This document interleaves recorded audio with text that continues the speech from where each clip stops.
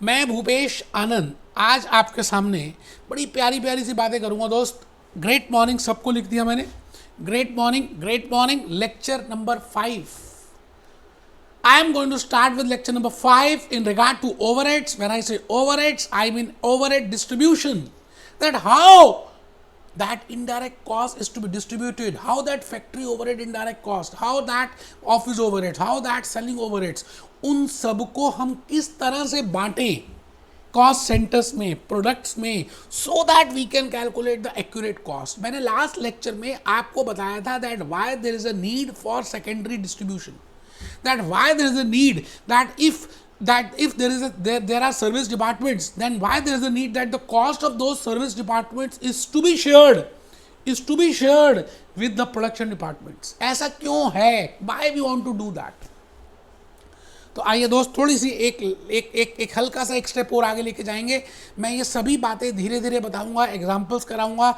आप सब कुछ रजिस्टर में नोट करना। आप ये मत सोचना कि ये बुक में, बेटा मैं आपको जो कह रहा हूँ ना बस आप चुपचाप आज के करते जाओ, ठीक है सर। बड़ी प्यारी सी कोटेशन लिखी है जी मैंने, action speaks louder than words. हम जो कहते हैं अगर उससे आधा भी कर देना तो लाइफ में सक्सेस अचीव हो जाएगी। बोलते बहुत कुछ हैं, करते कम है। तो action speaks louder than words, action speaks louder than words. आइए हम सब अपने टेबल चेयर में बैठ के आज का ये लेक्चर देखेंगे। बेटे कमर बिल्कुल सीधी होनी चाहिए आपकी, इरादे बुलंद होने चाहिए, लाइफ में कुछ पाने की इच्छा होनी चाहिए, गोइंग कंसर्न कंसेप्ट। प्रॉब्लम्स आएंगी, इश्यूज आएंगे, छोटी छोटी बातें आएंगी, बड़ी बड़ी भी आएंगी, बट आपको अपना ऑब्जेक्टिव भूलना नहीं है। वीर तुम बड़े चलो, वीर तुम बड़े चलो, मुश्किलों का सामना वीर तुम किए चलो, वीर तुम किए चलो। आइए जी इन सभी बातों के साथ दोस्तों, ये जो ओवरहेड्स है, you know we are doing overheads as a unit, overhead distribution.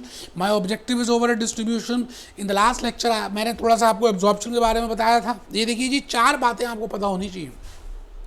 What I mean by production departments, what I mean by service department, what I mean by operating department, what I mean by support departments, एक ही बात है। Then what I mean by allocation, what I mean by apportionment, how allocation and apportionment are different, how allocation and apportionment are different, ठीक है जी। And what I mean by primary distribution, what I mean by secondary distribution, and why there is a requirement of secondary distribution, secondary distribution करने की ज़रूरत क्यों पड़ती है। अच्छा, उसको करने के लिए तभी तो आप एक्यूरेट कॉस्ट निकाल पाएंगे और तभी आप एक्यूरेट डिसीजंस ले पाएंगे। बट सेकेंडरी डिस्ट्रीब्यूशन को करने के लिए हमें 3 मेथड्स का यूज़ करना पड़ेगा। मैंने लास्ट लेक्चर में बताया था। और उसके बाद हम क्या करते हैं, जब हमारे पास प्रोडक्शन डिपार्टमेंट्स की कॉस्ट आ जाती है, उनकी अपनी और शेयर डिपार्टमेंट्स की, उसको हम एब्जॉर्ब करते हैं कॉस्ट सेंटर्स में या प्रोडक्ट्स में। एब्जॉर्प्शन का भी लॉजिकली बताया। वैसे एब्जॉर्प्शन मैंने आने वाले लेक्चर्स में आपको प्यार से बताना है, ठीक है सर। आगे चलिए बेटे, मैं भूपेश आनंद 1 मिनट लगाकर आपको रिवीजन कराऊंगा। आपको मैंने लास्ट लेक्चर में प्राइमरी डिस्ट्रीब्यूशन और सेकेंडरी डिस्ट्रीब्यूशन बताया था। मैं हल्का सा एक छोटा सा, जैसे होता ना लास्ट, जैसे आप कोई सीरियल देखते हो तो पिछले सीरियल का हल्का सा ग्लिम्स दे देते हैं कि आपको याद आ जाए कि हमने लास्ट सीरियल में, लास्ट एपिसोड में क्या देखा था। बेटे मैं last episode, last lecture number 4 में थोड़ा सा बता रहा हूं कि क्या देखा था। Secondary distribution of overheads, the process of redistribution of the cost of service departments, the process of redistribution of service department cost to production departments, that is named as secondary distribution। हम सबको पता है, हम सब ने सीखा था, logically भी मालूम है कि भाई what is secondary distribution. I think आप एक बार दोबारा लिख लेंगे तो कुछ जाएगा तो नहीं आपका। कमर सीधी करके बैठो यार आप। एक बच्चा तो वॉशरूम में चला भी गया है, अभी तो क्लास स्टार्ट हुई है, वॉशरूम चले गए यार, बेवकूफ़ हो आप। Write down secondary distribution of overhead, the process of redistribution of the service department cost. Because service department का माई बाप प्रोडक्शन डिपार्टमेंट्स हैं, क्योंकि सर्विस डिपार्टमेंट अपने में कुछ बना नहीं रहे, वो तो प्रोडक्शन डिपार्टमेंट के लिए जीवित हैं। तो जो भी उनका खर्चा है वो प्रोडक्शन डिपार्टमेंट में जाएगा। बिकॉज उनका गार्जियन कौन है? Production department. बिकॉज वो पैदा ही किए हुए थे प्रोडक्शन डिपार्टमेंट्स के लिए। तो उनकी कॉस्ट किसको देनी चाहिए? प्रोडक्शन डिपार्टमेंट्स में। अगर नहीं देंगे तो डिसीजन मेकिंग नहीं होगी। आई थिंक आपको बात सब कुछ लॉजिकली समझ आ रही है। फिर मैंने आपको बताया था that what I mean by primary distribution, what I mean by secondary distribution. मैंने ये बात लॉजिकली बताई थी। प्राइमरी डिस्ट्रीब्यूशन क्या होती है और सेकेंडरी डिस्ट्रीब्यूशन क्या होती है। फिर एलोकेशन बताया था पहले, फिर अपोर्शनमेंट बताया था, ये सब बता दिया बेटे। आओ आओ जी, मैं अपनी कहानी की तरफ चल रहा हूँ। मेरी कहानी मुँह जबानी, भूपेश आनंद की कहानी मुँह जबानी। आइए उस कहानी को देखें, आज के इस लेक्चर की बातों को समझें। No books, no juice notes, only Bhupesh Anand. मैं आपके सामने खड़ा हूं और मैं चाहता हूं कि आप मेरी आवाज़ को ध्यान से सुनेंगे। माय स्टोरी, मेरी कहानी। फर्स्ट पॉइंट आप सब लिख रहे हैं बेटे, अभी तो लिखा था फिर भी लिख रहे हैं। Secondary distribution, it means the cost of service department, cost of the production department can be distributed by 3 methods.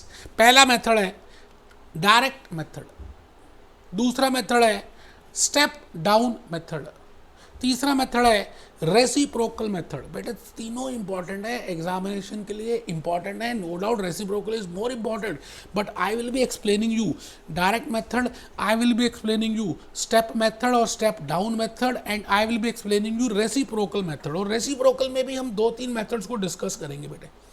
Hoc में दिए हुए वो तीनों मेथड्स, इसलिए मैं उन 3 मेथड्स को भी डिस्कस करूंगा। अभी मैं बता नहीं रहा कि क्या नाम है, आप घबरा जाएंगे ना कि इतने सारे मेथड्स करना। तो आप अभी फर्स्ट पॉइंट सभी बच्चे लिख रहे हैं, सेकेंडरी डिस्ट्रीब्यूशन मेथड्स में we have 3 methods. One is direct method, second is step down method, and third is reciprocal method. आज के इस लेक्चर में मैं भूपेश आनंद, आज इस लेक्चर में आपको 2 मेथड्स का प्रैक्टिकली तो करा ही दूंगा। वैसे इन the last lecture, in the lecture number 4 I have told you something about direct cost, direct method. Direct method वो वाला मेथड होता है जहां पर हम सर्विस डिपार्टमेंट की कॉस्ट दूसरे सर्विस डिपार्टमेंट में नहीं डालते। भले उसने सर्विस, एक सर्विस डिपार्टमेंट ने दूसरे सर्विस डिपार्टमेंट से सर्विसेज ली हो तब भी। जैसे कैफे हाउस है, एक कंपनी में एक प्रोडक्शन डिपार्टमेंट है, एक रिपेयर मेंटेनेंस है, एक कॉफ़ी हाउस है। अब रिपेयर मेंटेनेंस में भी लोग बैठते हैं, उनको भी कॉफ़ी पीने का दिल करता है। प्रोडक्शन डिपार्टमेंट में भी कॉफ़ी पीने का दिल करता है उन एम्प्लॉयज़ का, प्रोडक्शन डिपार्टमेंट 2 में भी दिल करता है। तो सभी के सभी कॉफ़ी शॉप में जाते हैं, कॉफ़ी पीते हैं और आ जाते हैं। बेटे कॉफ़ी शॉप का जो खर्चा है वो खर्चा किस वजह से हुआ? प्रोडक्शन डिपार्टमेंट 1 की वजह से हुआ, प्रोडक्शन डिपार्टमेंट 2 की वजह से हुआ, और रिपेयर एंड मेंटेनेंस डिपार्टमेंट की वजह से भी हुआ, क्योंकि उसके एम्प्लॉयज़ से भी आकर कॉफ़ी पी थी। वो भी तो इंसान है, उनका मन नहीं है, उनके इरादे नहीं है, उनके सपने नहीं है, उनको नहीं अच्छा लगता कि उनकी फैमिली हो, घूमे फिरें, सब कुछ हो, कॉफ़ी पिए, मज़े करें ज़िंदगी के। It means the expense of that coffee shop, because coffee shop is actually not producing any product. Rather, they are giving the services of coffee to different departments so that they can be filled up with the energy and they can do huge work. अब सवाल आता है कि ware house की जो खर्चे हैं वो वैसे तो लॉजिकली देखा जाए तो एक तो प्रोडक्शन डिपार्टमेंट 1 जीन्स डिपार्टमेंट में होने चाहिए, एक प्रोडक्शन डिपार्टमेंट 2 टी शर्ट वाले डिपार्टमेंट में होने चाहिए, और एक रिपेयर एंड मेंटेनेंस में भी होने चाहिए। बट डायरेक्ट मेथड में हम क्या करेंगे कि जो कॉफ़ी शॉप है, जो सर्विस डिपार्टमेंट है, जो एक सर्विस डिपार्टमेंट है, जो दूसरे सर्विस डिपार्टमेंट को सर्विसेज देता है, इसका मतलब इंटर शेयर्ड सर्विसेज अगर हो रही हैं तो हम उसको इग्नोर कर देंगे। लॉजिक है इसके पीछे। क्यों लॉजिक है? क्योंकि जब आप एक सर्विस, कॉफ़ी की कॉस्ट आप रिपेयर में डाल रहे हैं, ठीक, अब रिपेयर की कॉस्ट तो फिर प्रोडक्शन 1 में और प्रोडक्शन 2 में जाएगी। अल्टीमेटली तो प्रोडक्शन 1 और प्रोडक्शन 2 में जाने वाली है। तो हम क्या करते हैं, कॉफ़ी शॉप को रिपेयर में न डालकर सीधा ही उसका खर्चा प्रोडक्शन 1 और प्रोडक्शन 2 में डाल देते हैं, जीन्स में और टी शर्ट में डाल देते हैं, थोड़ा टाइम बच जाता है। बिकॉज लॉजिकली देखा जाए तो ये कॉस्ट तो सारी की सारी अगर मैं रिपेयर में डालूं और फिर रिपेयर से खर्चा प्रोडक्शन 1 और प्रोडक्शन 2 में डालूं तो जाएगा तो लास्ट में प्रोडक्शन 1 प्रोडक्शन 2 में ही। तो my point is, in case of direct method, whenever I want to distribute it, I will distribute the service department cost directly to the production department, to the operating department, to the operating segment, and I will not transfer to service departments. तो पहले लिख ले, फिर मैं practically करके दिखाऊंगा यार, कुछ भी थ्योरी नहीं करनी हमें। Under this method, the cost of service departments are directly, I repeat my golden words. Under this method, कौन सा method? Direct method. Under direct method, the cost of service department are directly apportioned to production departments without taking into consideration any services from one service department to another service department.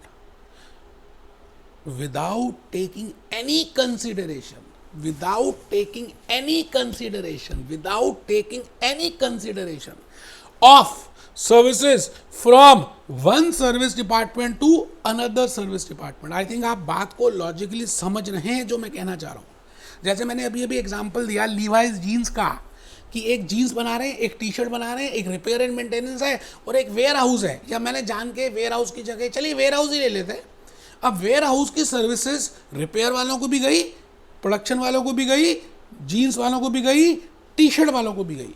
But जब मैं ware house के खर्चों को charge कर रहा हूँगा तो मैं उसको रिपेयर में नहीं चार्ज करूँगा, क्योंकि अल्टीमेटली रिपेयर का जो खर्चा होगा वो प्रोडक्शन में ही जाने वाला है. इस बात से, इस थॉट से, इस स्कूल ऑफ थॉट से, इस विचार से मैं एक सर्विस डिपार्टमेंट की कॉस्ट दूसरे सर्विस डिपार्टमेंट में नहीं डालूंगा. अब एक बच्चा कहता है तो जुगाड़ है. हाँ बेटे जुगाड़ है.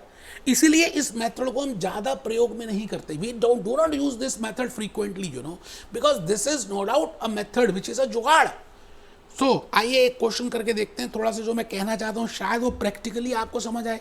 मैंने माना कि जीन्स एक डिपार्टमेंट है, जैसे हम लीवाइस जीन्स का एग्जांपल ले रहे हैं लास्ट 2-3 लेक्चर से, और टी शर्ट भी बनाते हैं लीवाइस और जीन्स भी बनाते हैं, और बेटे एक रिपेयर एंड मेंटेनेंस है और एक वेयर हाउस है. मैंने माना, अज्यूम किया कि भाई प्राइमरी डिस्ट्रीब्यूशन हो गया है, प्राइमरी डिस्ट्रीब्यूशन हमने कर लिया है, और प्राइमरी डिस्ट्रीब्यूशन में 1 लाख रुपए की कॉस्ट आ रही है जीन्स में, $50,000 की कॉस्ट आ रही है प्राइमरी डिस्ट्रीब्यूशन के बाद, मतलब ओवरहेड्स की कॉस्ट आ रही है टी शर्ट्स में, और उसके बाद रिपेयर एंड मेंटेनेंस में $2 लाख की कॉस्ट आ रही है, और वेयर हाउस में $3 लाख की कॉस्ट आ रही है. It means after primary distribution these are the overheads of different departments. But my point is I want to find out after secondary distribution how much is the overheads of jeans and of t-shirts. And I can do secondary distribution by 3 methods. One is the direct method, second is the step down method, and the third is the reciprocal method. So as per direct method I will not supposingly मैंने नीचे लिखा repair and maintenance department has given services, और repair maintenance department ने jeans वाले को 50% services दी, T shirt department को 40% services दी, और 10% सर्विसेज वेयर हाउस वालों को दी. किसने दी? रिपेयर ने. ठीक है जी. इसी तरह से वेयर हाउस सर्विस डिपार्टमेंट ने 30% सर्विसेज दी जीन्स डिपार्टमेंट को, 40% की सर्विसेज दी टी शर्ट डिपार्टमेंट को, और 30% की सर्विसेज दी रिपेयर एंड मेंटेनेंस को. इसका मतलब it is a case of shared services, it is a case of inter service departments, it is a case of when one support department has given the services to the another service department. एक support department ने दूसरे को और दूसरे ने पहले को आपस में दी. मतलब ये हुआ बेटे, मतलब ये हुआ कि रिपेयर वाले ने वेयर हाउस को दी, और वेयर हाउस वाले ने रिपेयर को दी, रिपेयर वाले ने वेयर हाउस को दी, वेयर हाउस वाले ने रिपेयर को दी. आपस में इंटर डिपार्टमेंटल सर्विसेज का काम हुआ. ठीक है सर, बहुत बढ़िया. तो अब अगर मैं डायरेक्ट मेथड लगाऊंगा तो मैं क्या करूंगा, मैं रिपेयर की जो कॉस्ट है ना बेटे, रिपेयर की कॉस्ट जो है $2 लाख, प्राइमरी डिस्ट्रीब्यूशन की $2 लाख है. मैं इस 2 लाख, वैसे देखा जाए तो 2 लाख में 1 लाख का खर्चा जीन्स में आना चाहिए, 80,000 का खर्चा टी शर्ट में आना चाहिए, और 20,000 रुपये का खर्चा वेयर हाउस में जाना चाहिए, क्योंकि repair and maintenance department is a service department, it is a support department, and they have given services of 50% to jeans, 40% to t-shirts and 10% to warehouse. बेटे मैं डायरेक्ट मेथड अगर फॉलो करूंगा तो repair की कॉस्ट वेयर हाउस में डालूंगा ही नहीं. फिर मैं क्या करूंगा, इस 2 लाख रुपए, ये जो 2 लाख रुपए है, इसको, इस 2 लाख रुपीस को मैं जीन्स में और टी शर्ट में ही खाली चार्ज करूंगा। I will only charge in jeans and in T shirt and in the ratio of 5:4। मतलब आप कैलकुलेटर बाहर अगर निकाल लें तो बेटे 2 लाख रुपए का ये खर्चा आ गया, 2 लाख का डिवाइडेड बाय 9 ये आ गया जी 22,222 इंटू 5 ये आ गया जी 1,11,111। तो मैं क्या करूँगा, जब मैं उसकी कॉस्ट डालने लगूंगा तो $1,11,111 रिपेयर मेंटेनेंस की सर्विस डिपार्टमेंट की कॉस्ट जो 2 लाख रुपए की है या $2 लाख की है, उसको 5:4 की रेशो में डिस्ट्रीब्यूट कर दूंगा। मेरी बात आप समझ रहे हैं?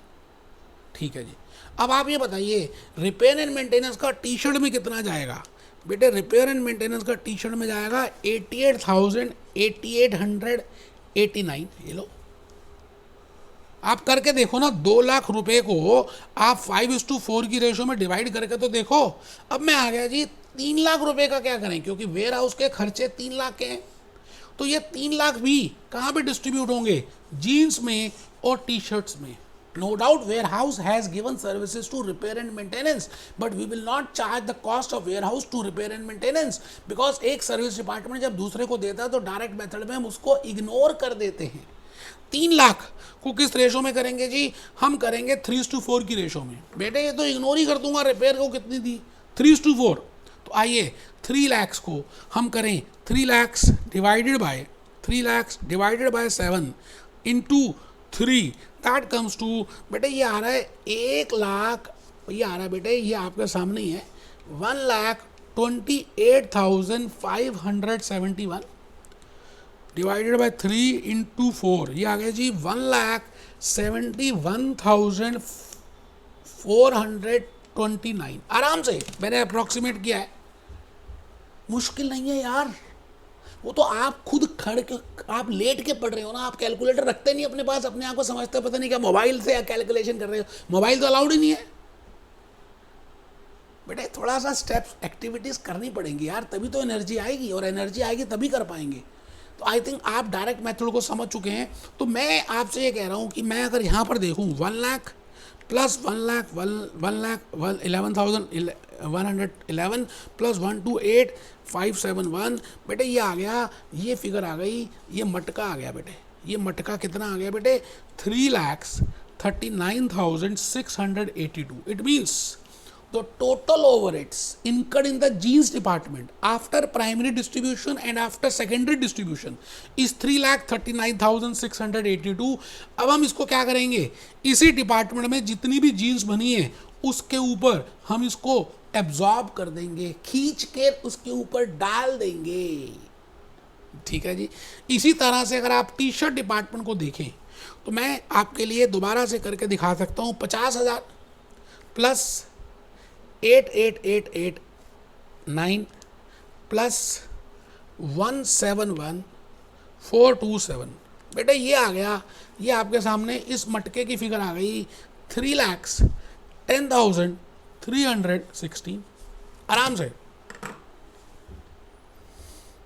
मैं भूपेश आनंद आपके सामने इस समय सेकेंडरी डिस्ट्रीब्यूशन कर रहा हूं and that too in the direct method.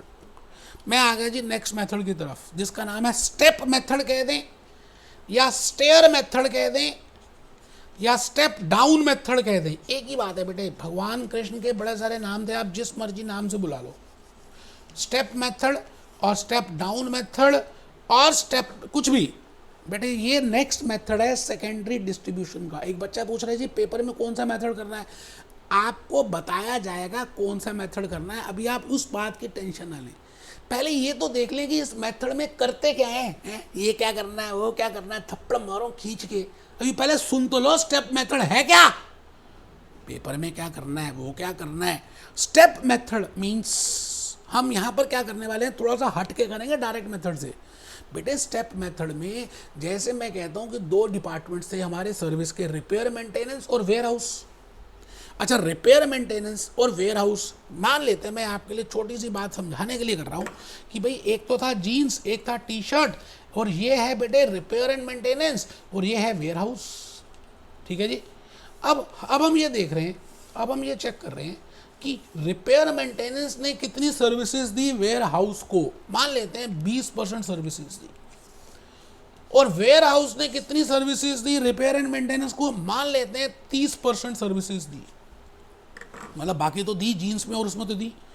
It means अगर आप ध्यान से देखें तो रिपेयर मेंटेनेंस ने अपनी 20% सर्विसेज दी, लेकिन उसने 30% सर्विसेज ले ली। मेरी बात आप समझ रहे हैं? मैं आपसे क्या कह रहा हूं, मैं आपसे ये कह रहा हूं, चलिए पहले एक बार थोड़ा सा लिख लेते हैं, फिर आपको थोड़ा सा ज्यादा आएगा। Cost of most serviceable department is first apportion to other service departments. अब एक बच्चा कहता है मोस्ट सर्विसेबल डिपार्टमेंट, बेटा उसी के तो एग्जांपल बताया था, आप सुनते तो हो नहीं। मैंने कहा जी जिसको ज्यादा सर्विसेज मिली, जैसे मैं यहां पर ये कह रहा हूं रिपेयर एंड मेंटेनेंस ने वेयर हाउस से 30% सर्विसेज ली, और वेयर हाउस ने रिपेयर मेंटेनेंस से 20% सर्विसेज ली। तो ज्यादा सर्विसेज किसने ली एक दूसरे सर्विस से? रिपेयर एंड मेंटेनेंस ने ज्यादा सर्विसेज ली from ware house. I will say repair and maintenance as the most serviceable department. तो पहले हमें पता होना चाहिए ना मोस्ट सर्विसेबल डिपार्टमेंट है क्या। आई रिपीट, भाई मैं कहता हूं मैंने आपको सर्विसेज दी, आपने मुझे दी। मैंने आपको 50% सर्विसेज दी, आपने मुझे 30% सर्विसेज दी। इसका मतलब आप जो हैं ज्यादा सर्विसेबल डिपार्टमेंट हैं, मैंने आपसे कम ली हैं, आपने मुझसे ज्यादा सर्विसेज ली हैं। It means you will be regarded as most serviceable department. Getting my point? अच्छा, जो मोस्ट सर्विसेबल डिपार्टमेंट होगा ना, पहले उसके कॉस्ट को हम डिस्ट्रीब्यूट करेंगे सब में, सर्विस में भी प्रोडक्शन में भी। और जो जिसने सर्विसेज कम ली होंगी फिर नेक्स्ट स्टेप उसको करेंगे, फिर जिसने सबसे और भी कम ली होंगी फिर उस सर्विस डिपार्टमेंट को करेंगे। मतलब आप यहां पर प्रायोरिटी सेट करेंगे कि कौन से सर्विस डिपार्टमेंट की कॉस्ट आपको पहले बांटनी है। मैंने कहा जो सर्विस डिपार्टमेंट सबसे ज्यादा सर्विसेज ले रहा होगा दूसरों से ज्यादा सर्विसेज ले रहा होगा, इसका मतलब उस डिपार्टमेंट का नाम होगा most serviceable department.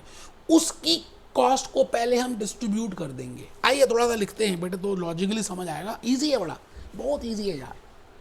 Cost of the most serviceable department. एक बच्चा ना लिख नहीं रहा, वो कहता है पेपर आना है नहीं, एमसीक्यू आना है।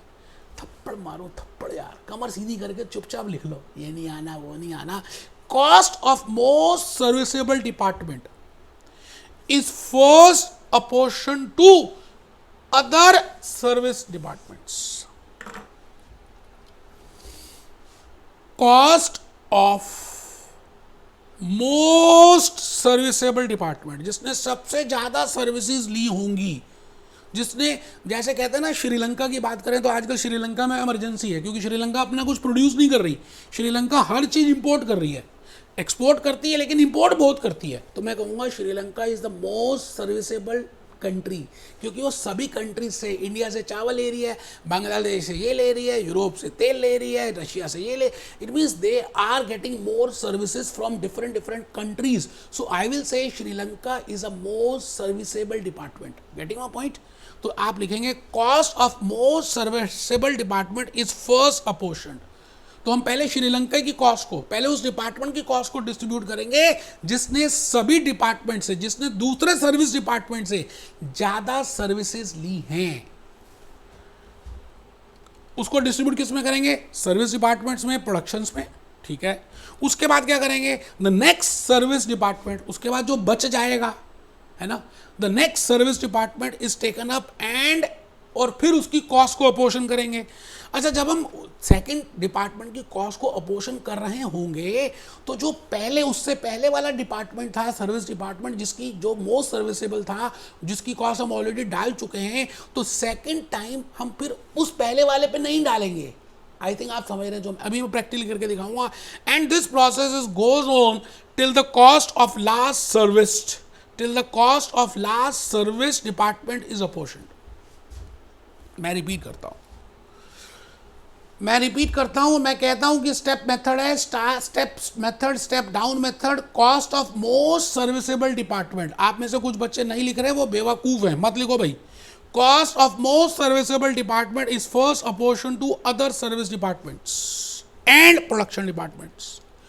The next service department is taken up and it cost is apportioned again, its cost is apportion किस किस में, प्रोडक्शन में और सर्विस में।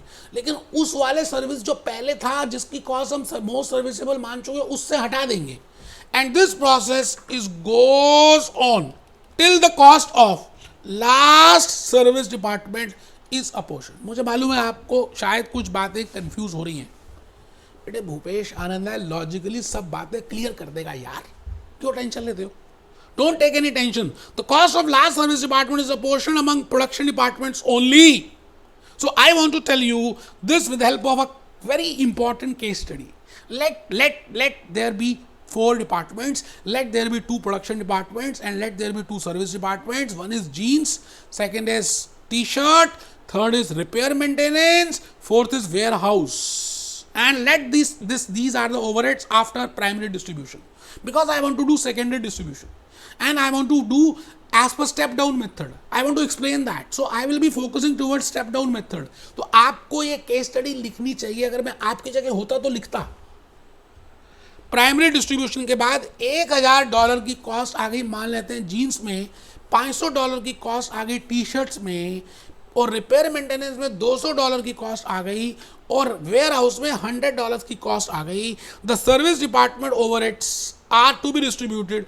अब नीचे मैंने आपको डिस्ट्रीब्यूशन बताई है कि जो रिपेयर एंड मेंटेनेंस है उसका माई बाप कौन है, उसने खर्चा क्यों किया है, why they have incurred expense and on हुम दे हैव इनकर्ड एक्सपेंस। तो उन्होंने कहा जी रिपेयर एंड मेंटेनेंस ने जो सर्विस डिपार्टमेंट था, जो सपोर्ट डिपार्टमेंट था, उसने 50% सर्विसेज जीन्स वाले को दी, 40% सर्विसेज टी शर्ट को दी, और वेयर हाउस को 10% दी। वेयर हाउस ने 60% जीन्स को दी, 20% टी शर्ट्स को दी, और 20% रिपेयर एंड मेंटेनेंस में दी। तो अगर आप रिपेयर एंड मेंटेनेंस और वेयर हाउस को चेक करो तो इस डिपार्टमेंट ने 10% सर्विसेज दी, लेकिन इस डिपार्टमेंट ने 20% सर्विसेज ली। तो मैं कहूँगा most serviceable department is repair and maintenance, क्योंकि उसने सर्विसेज ज़्यादा ली हैं। वेयर हाउस ने खाली 10% सर्विसेज ली, लेकिन रिपेयर मेंटेनेंस ने 20% सर्विसेज ली। तो मैं ये कहना चाहता हूं कि रिपेयर एंड मेंटेनेंस डिपार्टमेंट को ने जो 20% सर्विसेज ली is regarded as a most serviceable department. तो मैं क्या करूंगा, सबसे पहले कहानी कहां से शुरू करूंगा, रिपेयर एंड मेंटेनेंस से इसकी कॉस्ट को डिस्ट्रीब्यूट करूंगा सभी में। अच्छा, जब रिपेयर मेंटेनेंस की कॉस्ट डिस्ट्रीब्यूट हो जाएगी तो फिर वेयर हाउस की करूंगा। अच्छा, वेयर हाउस की फिर खाली प्रोडक्शन में करेंगे, जो पहले डिपार्टमेंट की हम डिस्ट्रीब्यूट कर चुके हैं उसको मरा ही रहने देंगे, उसको जिंदा नहीं रखेंगे। ठीक है जी, प्रैक्टिकली करके देखते हैं।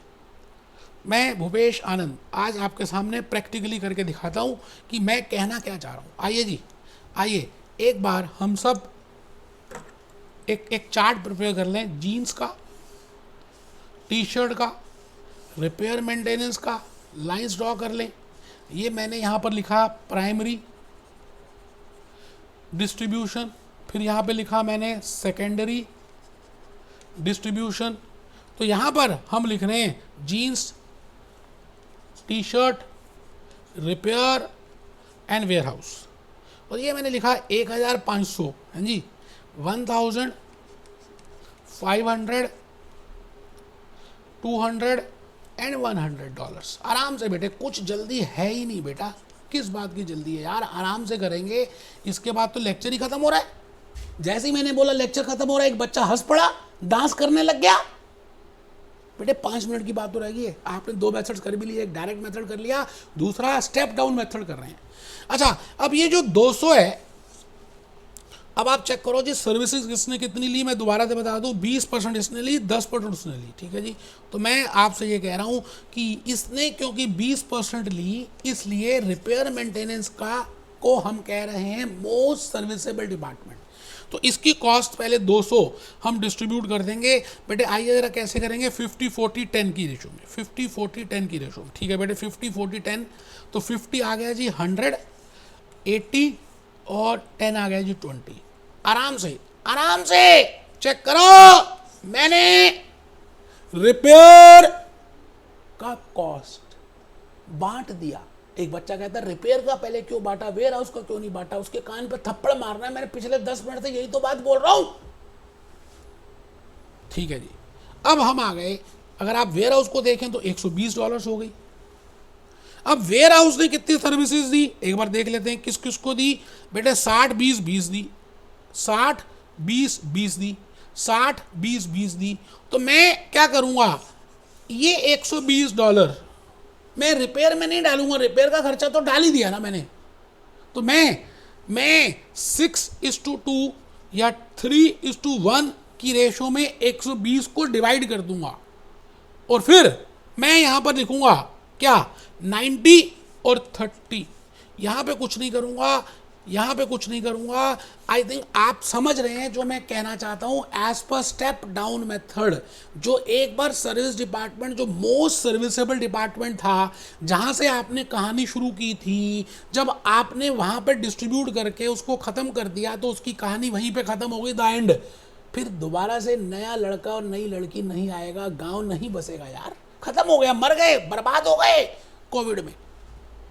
तो आपने यहां पर 1190 लिखना है और यहां पर 610 लिखना है। It means this cost, that is $1190 is for jeans and $610 is for T shirts. This is the total overheads after secondary distribution, after primary distribution. Now this cost is to be absorbed in the cost centers or in the units produced or jeans produced or t-shirts produced. बेटे आज के इस lecture में मैंने secondary distribution को बताया। अभी 2-3 lectures और लगेंगे सेकेंडरी डिस्ट्रीब्यूशन में, क्योंकि जो थर्ड मेथड है रेसिप्रोकल मेथड, वो बड़ा इंपॉर्टेंट मेथड है, उसको बताना बड़ा ज़रूरी है। उसके अंदर 3 मेथड्स हैं और पेपर में वही मेथड आता है। तो हम नेक्स्ट लेक्चर नंबर 6 में उस मेथड को डिस्कस करेंगे।